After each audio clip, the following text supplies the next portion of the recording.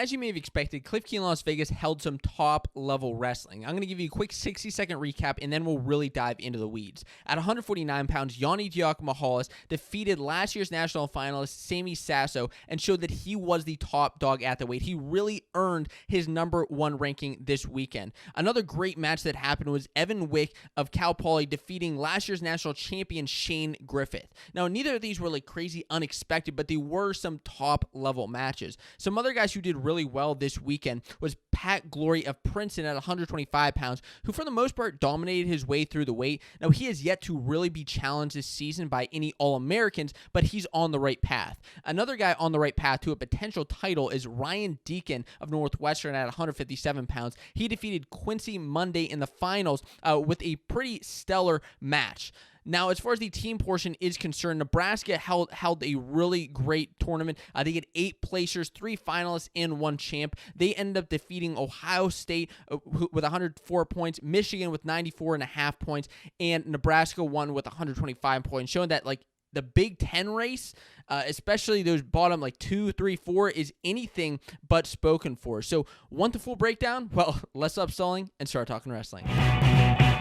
What's going on, wrestling fans? My name's Josiah, and welcome to Fanco Wrestling, your source for college wrestling news and discussion, and welcome to this week's wrestling headlines. A little bit different over the weekend because I was away visiting Asheville, North Carolina, the beautiful Biltmore estate, but I had a fun chance to catch up on everything that happened over the weekend, including Cliff Key in Las Vegas, the Iowa and Iowa State duel fight that almost happened, and then a crazy upset that kind of is being overlooked just because of how great this weekend was in wrestling. So the first thing that happened is Yianni D. Yianni D claimed his territory, marked his territory at 149 pounds by defeating Sammy Sasso in the finals. He beat him by a score of 7-2, and there's a good chance, and as I was watching this match, I was thinking there's a very good shot that Sasso versus Yianni is your national finals this year. And this was just a preview of it. And what I like that happened so early in the season is that we're getting this match. Sasso has time to make those adjustments that he needs to make against Yianni, especially finding a way out from bottom because Yianni was able to earn that riding time. Yianni got a takedown right away in the match.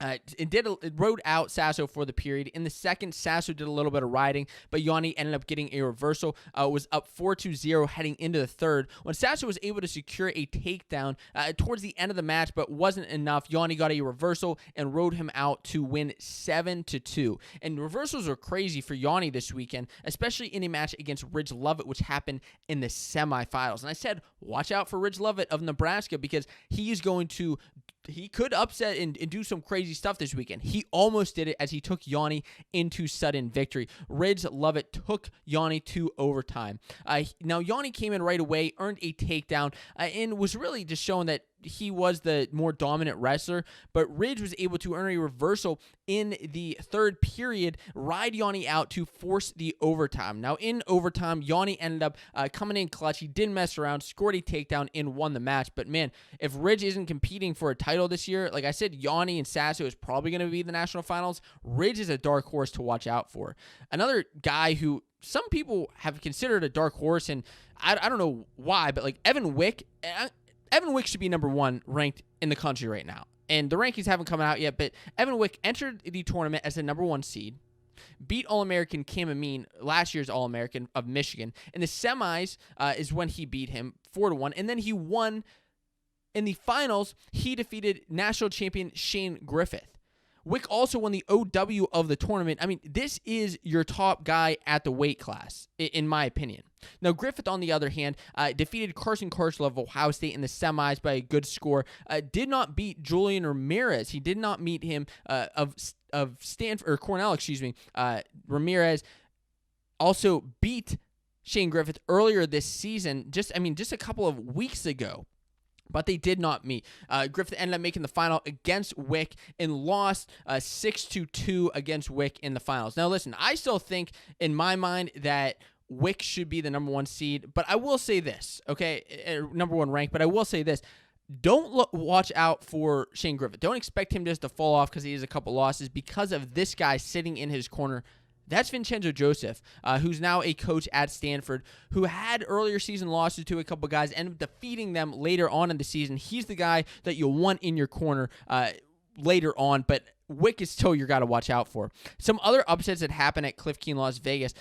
Stephen Buchanan of Wyoming beat number 14 Nick Stemmet of Stanford, number 11 Alan Clothier of Northern Colorado, and number 2 Pat Bruckey of Michigan. I mean, that may have been one of the best matches of his. I mean, just beat, as far as ranked opponents, is beating Pat Bruckey. It wasn't like that fun of a match. I mean, it was like 2-1 or something like that was the final score. Eric Schultz of Nebraska was who Buchanan beat in the finals 7-3. Now, Buchanan was an All-American last season, but people are still not watching out for him. He was the guy who upset Noah Adams of West Virginia, who's the number 1 seed last year, number 1 ranked guy in the country. Buchanan is a cannon to watch out for, and he's not going to let anybody just come into his weight and take it over. Also, in the upperweights at 285 pounds, Gary Traub of Oregon State, formerly of Ohio State, beat number 2 Brian Andrews, and these are the seeds, of course, as I'm saying, number 2 Brian Andrews of Wyoming, number 3 Christian Lance of Nebraska,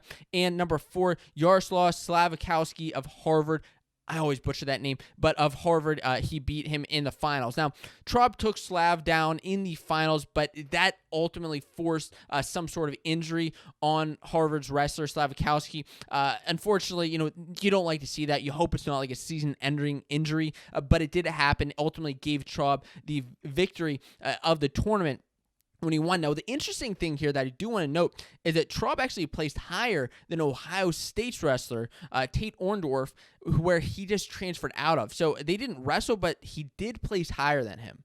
Let's get into this Iowa and Iowa State brawl, because this is crazy. So Iowa defeated Iowa State 22-11 on Sunday night. And you expect this to be a big duel. They're in-state rivals. Iowa and Iowa State is always a great duel, always great matches, always going to be upsets, and yet all that this year. Now, Iowa State started off winning at 125 pounds, because Spencer Lee didn't come out. And we still haven't seen Spencer Lee, and the Iowa State fans were probably a little bit let down by that. But also, they got to win at 125, so how upset can you get that Spencer's not wrestling there? DeSanto had a great win at 133 pounds, and yeah, he started with some post-match antics. It's to be expected in a big duel. He's hyped up. Emotions are going high, and there was a lot of emotions that did happen in this match. I mean, a lot of emotions. So DeSanto, Ironman, Murin, Marinelli, Brands, these all rattle off wins for the middle of Iowa's lineup. I mean, they really just were wrestling well, right? They were wrestling Iowa State well. It's nothing crazy unexpected. I mean, Ian Parker stepped in at 149 pounds. That was a little bit different. He's wrestling 141 last season. Nelson Brand seems to be down at 174 this year, was at 184 last year. David Carr of Iowa State swayed the tides a little bit at 157 with a 62 decision over Caleb Young. Overall, a really good victory for him. Now, Brands, as we got into 165 and some of these upperweights, was hyping up the crowd. He was amping up the crowd. It was at Iowa State, so of course these tensions were running high.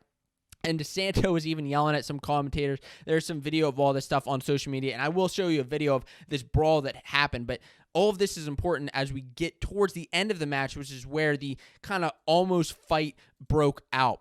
Now, Iowa State battled back into this. They got a wins at 184 and at 197. Their big win was when Yonger Bastida defeated Jacob Warner, a top, I think, number 3 ranked wrestler in the country of Iowa. A big win. He came off with an inside trip right off the bat, ended up getting a takedown again in the third period to beat him by a score of 4-3. Now, this ended up costing Iowa State a team point, and I'd like to hear what you have to say about spiking the headgear after a big win. Should he have done it? Is emotions just part of it? Should Iowa State have lost a team point for that? And there were a lot of team points, I believe, deducted throughout this whole match because of all the craziness that ensued post-match. But as we got into heavyweight, Sam Schuler of Iowa State ended up stalling out of the match against Anthony Cassiope, and that gave Iowa the ultimate victory. It was a little bit closer than you may have expected, but Maybe not, because this is such a crazy rivalry, but this is where the brawl kind of almost breaks out. I got this video from Jacqueline Cord on Twitter, who's one of the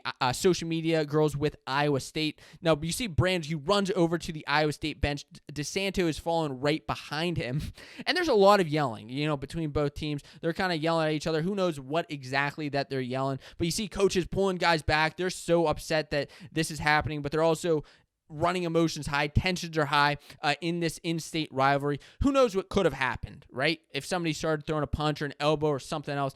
Thank goodness nothing did happen. I know we all love to maybe see that type of stuff, but, keep the wrestling on the mat. Not necessarily afterwards. At least that's my take on it. If you're looking for a full breakdown on it, Stalemates actually did a full breakdown on his channel. It's an hour-long breakdown. I have it linked up down below, or you can check out on your own by searching on YouTube. And one of the big things that people missed over the weekend, Virginia Tech upset Mizzou. That was kind of big. A top 5 ranked Mizzou dual team that, I don't know. I looked at the matchups and thought it could happen, but let me just dive into this. So, Virginia Tech defeated Mizzou and Northern Iowa over the weekend. They beat Mizzou 18-16, and they defeated Northern Iowa by pretty big margin. They had a close loss. Now, Virginia Tech had a close loss to Ohio State, but now they're really showing that they can rattle off some big wins. Mizzou started off with a big fall at 125 pounds over Sam Latona. This was unexpected, and I do have to say this before I get into the rest of these, is that, it seems like Latona's in a bit of a rut, and I say that in not a negative connotation or anything like that, but it seems like he's in a little bit of a rut. He was pinned in this match in a half Nelson, feet to back in a half Nelson, has a couple of losses. I mean, last year, right, he placed 6th at the national championships, had an undefeated regular season, and then had a couple losses at the national championships, had 3 losses, right? This year, he already is 4. I think he's in a bit of a rut, but I also say this, watch out for him as he starts getting out of that rut. He could start hitting a big revenge tour come the end of the season. At least that's my kind of opinion on Latona. It's something's up with him right now, and I'm looking for him to really get back into things. As we get into the rest of this lineup, I mean, it was pretty much back and forth the entire duel until we got towards the end. There were some key matches, right? Some key matches I want to hit on. Top 25 Connor Brady of Virginia Tech defeated number 15 Jarrett Jacques of Mizzou. That was a huge turning point in the duel, a huge win for Brady. Hunter Bolin secured a victory of Virginia Tech over number 10 Jeremiah Kent. That was not like an upset or anything, but a pretty big victory. And then the match came down to heavyweight, and Nathan Traxler had to defeat Zach Elam of Mizzou. This was a number 14 Traxler versus number 13 Elam. He had to get the victory. He wasn't able to pull it off against Ohio State, but this time against Mizzou, he pulled it off with a 3-1 win in sudden victory. This gave Virginia Tech the ultimate win, 18-16 in the end. And wow, let me tell you what a duel it was. Now, if you're looking for other wrestling videos, I have one linked up right here, but I have a couple other topics I'm going to be hitting this week, including, I think, why Evan Wick should be ranked number 1 in the country. So make sure you hit subscribe to stay up to date on all the latest going on in college wrestling.